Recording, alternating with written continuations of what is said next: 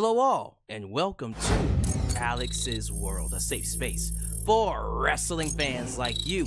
WrestleMania 41 is just around the corner, and today I would like to discuss potential main events, or at least WrestleMania matches that could steal the show. Around this time, we start to get an idea of what's to come down the pike. Certain stories, certain characters, certain ideas that are going to tell us what is going to main event WrestleMania. I'm going to be honest with you. As of January 12th, I don't have a clear picture. Not quite yet. I can speculate. I have ideas of what could happen. But when you watch WWE television, Raw, SmackDown, there isn't a clear idea of what the main event is going to be. Maybe we'll have one around the Royal Rumble or after the Royal Rumble. But right now, we're just left to speculate. And so that's what I'm going to do. I am going to speculate what matches I think that could main event WrestleMania Night 1 and or Night 2. Now, I do not know what will happen. None of these matches, for all we know, will main event WrestleMania. I think I'm confident about 3 of them. But I have 12 matches on here. I'm pretty sure I'm going to be far off on a lot of them. But it is fun to talk about what could happen and to get some buzz going, get some juices rolling in your heads as well about what you think will happen, what you want to see take place at WrestleMania 41. So let's get right to it. I'm going to start from match number 12 and move up. This is not ranked. I decided to talk about the women because we all know WWE is making a concerted effort to promote female matches, especially around WrestleMania season. The last female wrestling match to main event at WrestleMania was Bianca Belair versus Sasha Banks. Before that, it was Becky Lynch, Charlotte Flair, and Ronda Rousey. That second one from WrestleMania 35, some might argue should not have main evented the show. I'll agree with you, but with a caveat. Originally, it was going to be Becky Lynch versus Ronda Rousey. I will fight you tooth and nail all day. That should have been the WrestleMania main event. Nothing would have topped that. Nothing was going to top that. If they had stuck to their original plan, done Becky Lynch versus Ronda Rousey, Becky beats Ronda, who was undefeated by that point, it would have been a huge moment. Nothing was going to be bigger than that. Now, they convoluted it by throwing Charlotte Flair in there, but originally, nothing would have topped Ronda Rousey versus Becky Lynch, and I'm still shocked we never did that match, and we're never going to get that match. But since then, we really haven't had matches that could main event the show. People argue Charlotte Flair versus Rhea Ripley should have main evented WrestleMania 39. I disagree. I still believe Sami Zayn, Kevin Owens versus the Usos was the rightful main event of Night 1. So we'll start there. Could Rhea Ripley versus Charlotte Flair main event Night 1 of WrestleMania 41? It has potential to do it. If you bring in Charlotte Flair, have her win the Royal Rumble, which is my pick right now, she has to go after Rhea Ripley. There's no one else for her to fight. Who is she going to fight? Tiffany Stratton? No. The right match to do, if you have Charlotte Flair win the Royal Rumble, she has to go fight Rhea Ripley. And then you do the story of, okay, Charlotte beat her in their first match at WrestleMania 36. Rhea beats her in the rematch at WrestleMania 39. So now the third WrestleMania match, who wins it? That's the story. Completing the trilogy. And if you go with that, that's a potential main event. Okay, let's say you don't do Charlotte Flair. Let's say you do Bianca Belair. All right, well, Bianca is going after Rhea Ripley. That's another potential main event by sheer star power, of course. 2 of the biggest female talents in the company right now. But I also thought about another match including Bianca Belair. Now, there's a storyline going on where we're trying to figure out who attacked Jade Cargill. She was attacked months ago, took her off TV, and it's leading to a big-time WrestleMania bout. Currently, for all intents and purposes, it's looking like Naomi is the one that attacked her. And that will be a great WrestleMania match, but main event, not quite sure. However, let's just say they pull a swerve, because Triple H likes the swerves, and it's revealed that Bianca Belair attacked Jade Cargill. By all means, that is a WrestleMania main event waiting to happen. That would be huge. The amount of heat behind that match would instantly slot them potentially in the main event for night one. You don't even need to have a title for it. That could be a grudge match that's worthy of a WrestleMania main event. If you have Bianca Belair be the one who attacked Jade Cargill, and you add the right kind of story and heat behind it, the logic behind it, because people are going to say, well, why would she give up the United States Women's Championship opportunity to go save her friend? Why wouldn't she? It's her friend. She would look guilty if she didn't go and aid her friend, number one. Also, she doesn't care about the secondary title. She wants the top title. There are ways to get around that logic gap, if you want to call it a logic gap. I think it made sense for her to go and be by her friend's side, because if she didn't, that would make her suspicious as well. So yes, Bianca Belair versus Jade Cargill would definitely be a huge match for WrestleMania. But moving away from the women, because honestly right now, I don't really have any other female wrestling matches that could potentially main event WrestleMania. But those three are the ones I have. We get into Cody Rhodes. We all know that being the WWE champion, rightfully so, we should consider him main eventing at least night one, if not night two.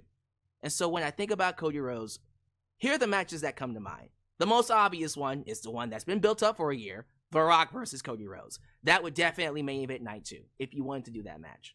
The story's already there. We know about Cody Rhodes stepping away, or originally stepping away from WrestleMania 40 to allow The Rock to fight Roman Reigns because they made a deal. And Cody reneged on that deal. Broke The Rock's heart, which led to their match, the tag match at WrestleMania 40, and The Rock pins Cody. And The Rock said, when I come back, I'm coming back for you. So the story's already there. He made Cody Rhodes bleed and all that. We can just continue that from there. If they wanted to do it. Personally, I would rather we don't do that match at WrestleMania. At least not this WrestleMania. But if they wanted to, they could. You also got the one that I think they should do. John Cena versus Cody Rhodes. People are scared of this match because it could divide the audience. While I do see where they're coming from, I personally think it makes the match even better because it forces the crowd to pick between two of the biggest babyfaces to ever walk through the curtain. This is what WrestleMania is all about. And if you're so insecure about Cody Rhodes being the top guy that a John Cena can come in and ruin that, then maybe Cody Rhodes should not be the top guy. Maybe he shouldn't be a top babyface. If anything, I think this would solidify him as a top contender or the top guy in the company as a franchise player. He needs to fight John Cena. He needs to fight and beat John Cena. And the story is ripe. John Cena has not won a match in over, 3,000 days? It's been years since he won a singles match. Now, you have him win the Rumble, and you have him fight Cody Rhodes. You know fans are going to be behind John Cena. And if he loses or wins, it's going to be a great story to tell. And potentially, if you wanted to, I'm not saying you should, but if you wanted to, this would be a perfect story to turn John Cena heel. That whole desperation of, well, this is the only chance I'm going to get to win this title. If I don't win it now, I never will. I'm never going to be able to break Ric Flair's record. That can drive him crazy. That could really create this opportunity to turn him heel. Will they do it? Probably not, but it would be crazy if they did, and a great feud for Cody Rhodes to go into after the fact. Man, listen, y'all can get mad at me for even suggesting that, but you and I both know you would be all over a heel John Cena after WrestleMania 41, especially if he beats Cody Rhodes for it. That would be a great match and a great feud to see. Imagine the buzz that would create. I'm just saying, it would be great. But sticking with Cody Rhodes here, we could always do Cody Rhodes and CM Punk. That would be a match I would love to see, especially since Paul Heyman owes CM Punk a favor. Oh man, that would be great. And then, imagine if you had Punk turn heel in this feud. Again, we talk about creating buzz following WrestleMania. Have CM Punk end Cody Rhodes' reign. Main event WrestleMania, become WWE champion. Imagine that ride. Alongside Paul Heyman. Oh, then you do CM Punk and Roman Reigns? That's another one. That's another WrestleMania match that we can do. What is the favor that Paul Heyman owes CM Punk? Maybe Paul Heyman turns on Roman Reigns and joins with CM Punk. But see, that's a match that would need a championship, though. Don't you think? I mean, you could do it without the championship, but imagine that match with a championship. The only other Cody Rhodes match that I can think of is one that everyone's been wanting, and that's Cody Rhodes versus Randy Orton. I think this is the safe bet, the safe match to do, because we all know Cody is going to beat Kevin Owens at the Royal Rumble, although I hate it, and I think that's a mistake. Regardless, Randy will help Cody retain, and then Randy will go after Cody. Heel Randy Orton versus Cody Rhodes at WrestleMania is a surefire main event, no matter how you slice it. But let's backtrack here to CM Punk, because I was actually thinking about what matches CM Punk could have for WrestleMania. The obvious one is a match against Seth Rollins for the World Championship. You cannot do that match, especially for a World Championship, and not have it main event or WrestleMania. That almost screams main event for WrestleMania Night 1. Now we can debate who wins the World Championship from Gunther, whether it's Seth Rollins or CM Punk.